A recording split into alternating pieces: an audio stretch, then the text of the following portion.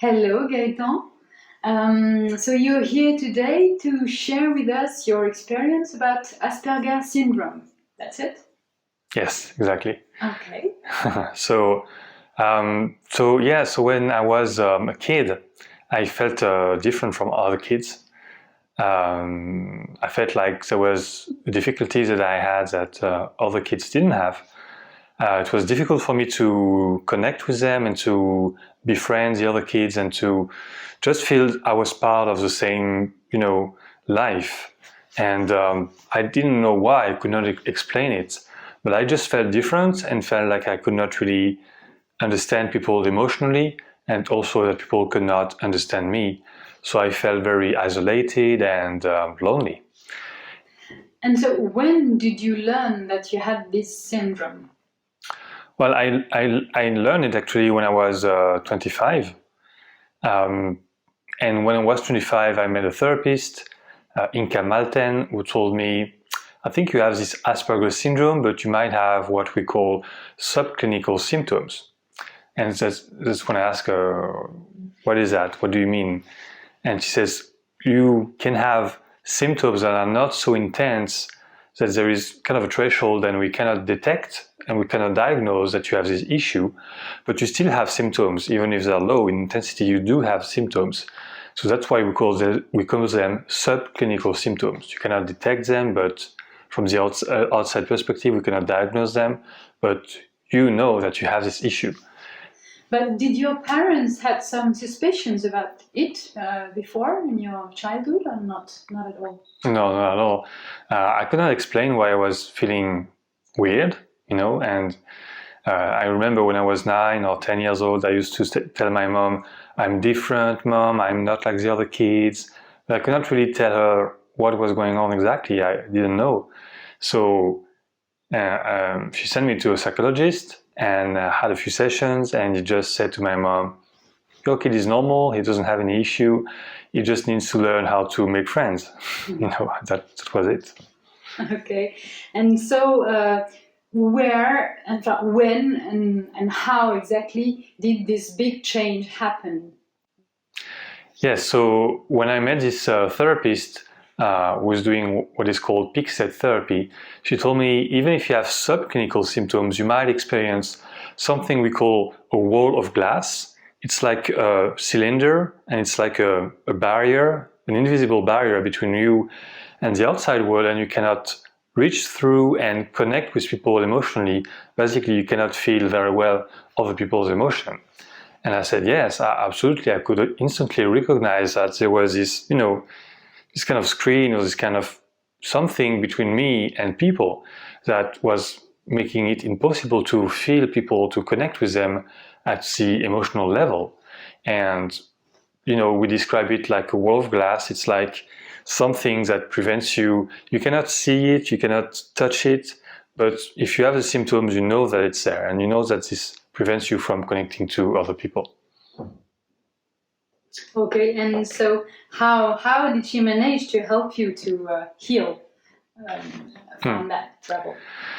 Well, she just told me, we have a process, we have a technique that eliminates this wall of glass. Do you want to try? And I said, yes, sure. And so we did the process, and during the process, it was really, really strange.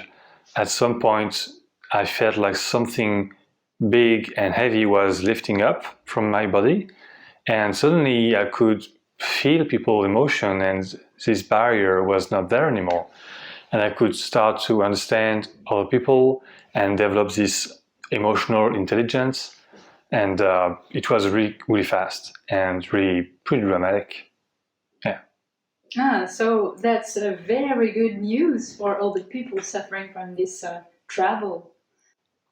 So, Gaetan, you just explained to us how this symptom manifested itself relationally in your life, in your everyday life, and did it manifest in some others ways? Yes. One thing physically for me, it was always I was thought of myself as being clumsy, and I was clumsy. It was my coordination was not really great. and I was just clumsy. And also in sports, it was more difficult. I loved some kind of sports, but I disliked sports in general. I only liked basketball, but I was not making any progress. It was hard to coordinate my movement and to coordinate with other players. So I just didn't do much sport, and I didn't really enjoy it much at all. And that changed after the process. I realized I haven't been clumsy for weeks after the process, and since then, it was years ago, I haven't been clumsy. So yes, that's also a big change. Okay. And if we want to go further, is there a biological explanation to this symptom? Yes, there is. And it turned out to be something completely different from autism, because generally we lump together Asperger and autism. We say it's kind of the same thing because the symptoms can be quite similar. But in peak state therapy and studying our biological development before we're born, we can track when does this problem start and find the cause, the biological cause for this issue. And it turns out for Asperger, there is a specific moment in development when this problem starts. And when it starts, when this event goes wrong, you just get the syndrome and you keep it with you all along. So you're born with it, basically. And that's why this therapy is based upon regressing to this biological development and repairing what they call epigenetic damages that makes this kind of biological developmental event go wrong.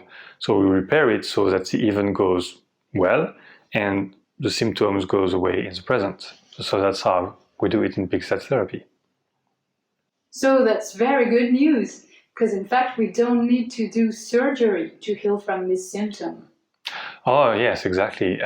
This is not something that is in the brain and you just can take it out of the brain. It's something that is much more deeply embedded in our biology, and it basically is a way to work on it. Is not surgery or any invasive technique. It's quasi-psychological technique that regress you to the biological development and repair epigenetic damages. So that's really easy to do. Actually, the process is pretty fast. For most people, it takes between 4 to 6 hours, and the results are permanent. So, it's pretty impressive. You just do the process, and at some point you feel something is lifting up, and now you can connect to people, and you can be part of that life. And your emotional intelligence starts to awaken, and that's pretty strong.